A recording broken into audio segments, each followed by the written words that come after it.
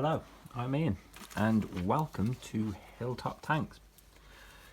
In this video I want to take just a few moments just to talk about the red sherry shrimp that are in this tank. So I've set this tank up probably about 4 weeks ago.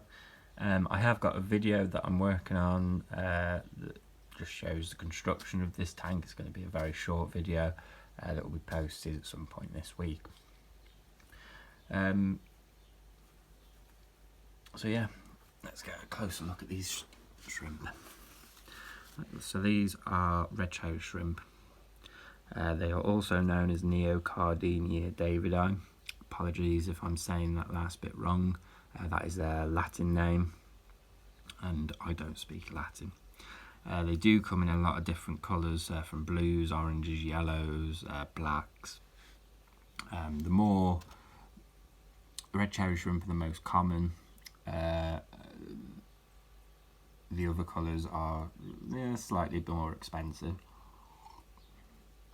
But at some point, I wanted to start with the cheaper option, which is red cherry shrimp, and then go on to more vibrant colours.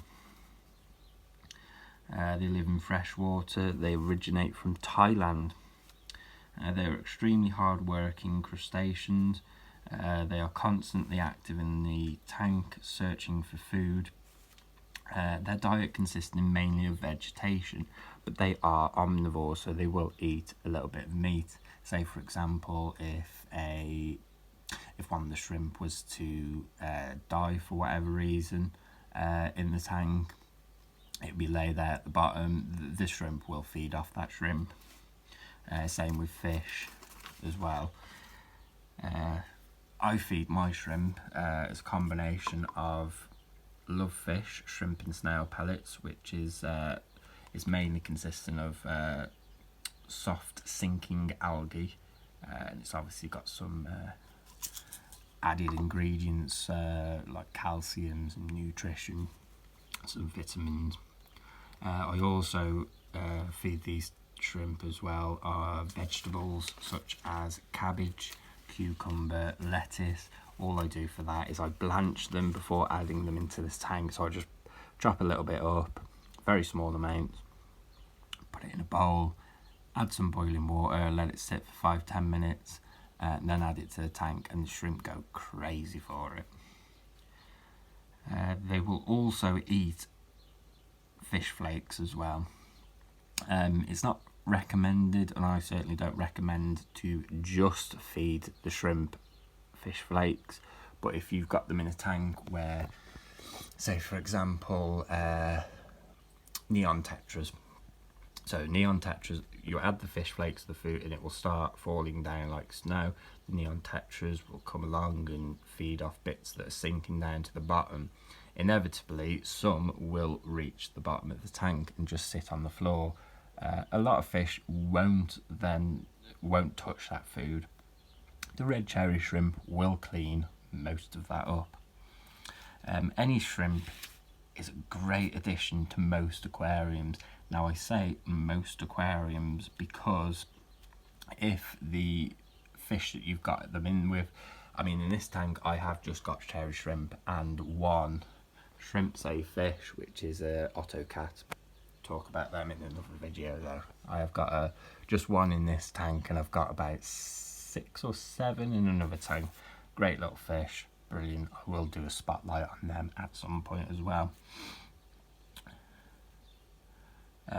So yeah, if you have got these shrimp in tanks with other fish, if the fish's mouth is big enough to get a shrimp in its mouth, it will come along and that shrimp will probably end up as dinner.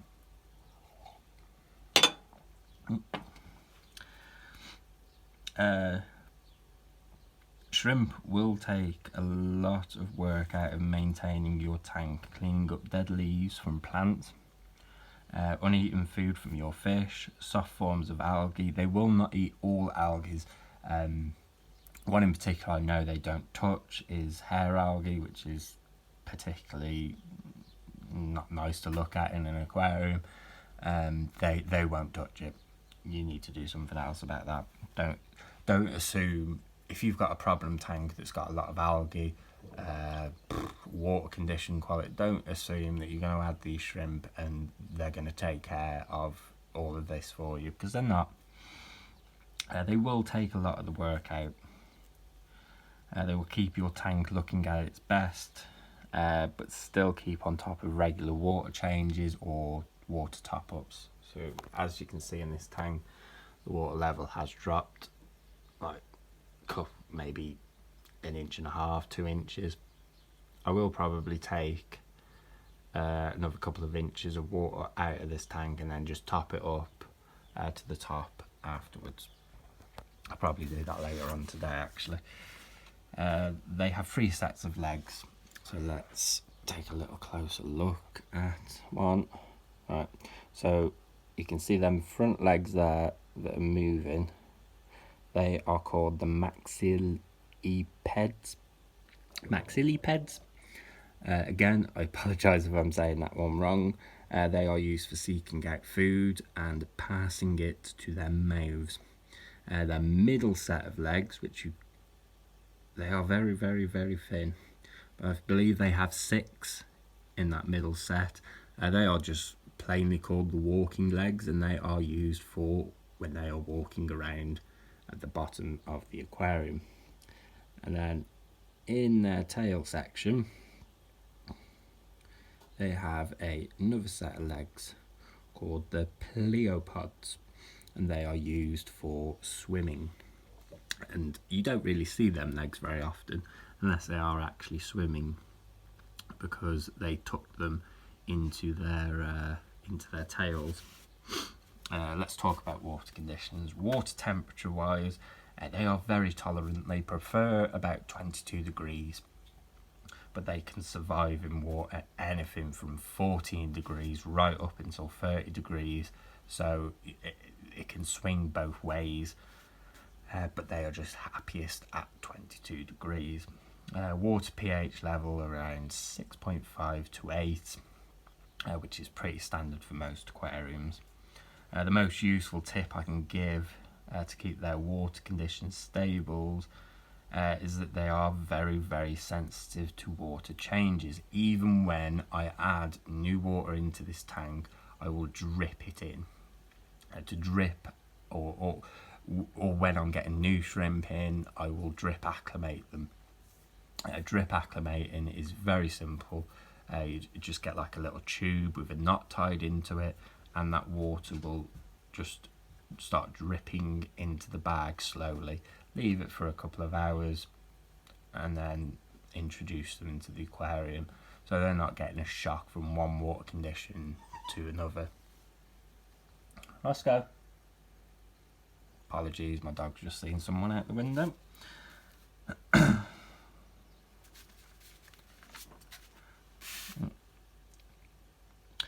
They will happily breed in a stable tank with the right water conditions. Unlike some shrimp, like the Amano shrimp, which is quite a larger shrimp, they require brackish water, which is salty water, to breed. Red cherry shrimps don't. None of the Neocardinia do. They will happily breed in freshwater tanks. As long as the fish that are in that tank, again, aren't big enough to eat the babies. The babies being very, very small, so there are very few fish that can go with shrimp and you know that they're not going to touch the babies. The Ottocat is one, I believe Corydoras, I think Coolie Loaches as well, but I'm not 100% sure on that.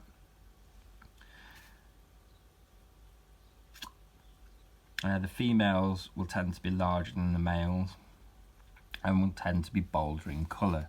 So you can see we've got quite a lot of females there. That is a male there.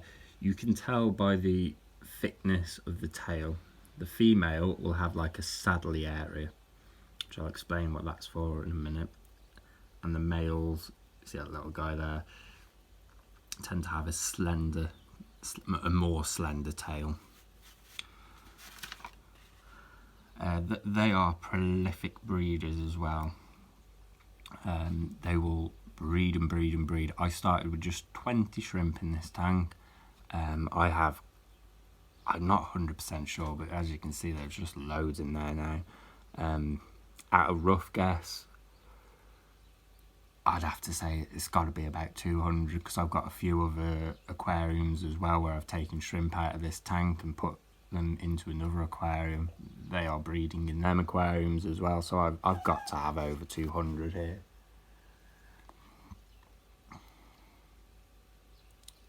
The saddle on the female is used because when, right, here's a good example here. Right, you see that white area there, those are unfertilized eggs. If I can find, oh, it's hiding behind a snail, but if you see on the tail end there, that sort of white area, those are fertilised eggs. Now the females will carry those eggs on her back legs. She does that because they constantly fan the eggs with water. That will keep them clean, keep the eggs clean, keep them aerated and healthy. She will carry them for 21 days until they hatch. The baby shrimp will be tiny versions of their adult selves. Pretty much from hatching, they will start work on the aquarium. The baby shrimp, it's always a really good idea to have wood and moss in the tank. As you can see, I've got some moss here with some little babies. That's because they will eat the bacteria and the biofilm that forms on these. Also plenty of rocks as well for the bacteria to colonize is always helpful. They will also love having lots of moss. Yeah.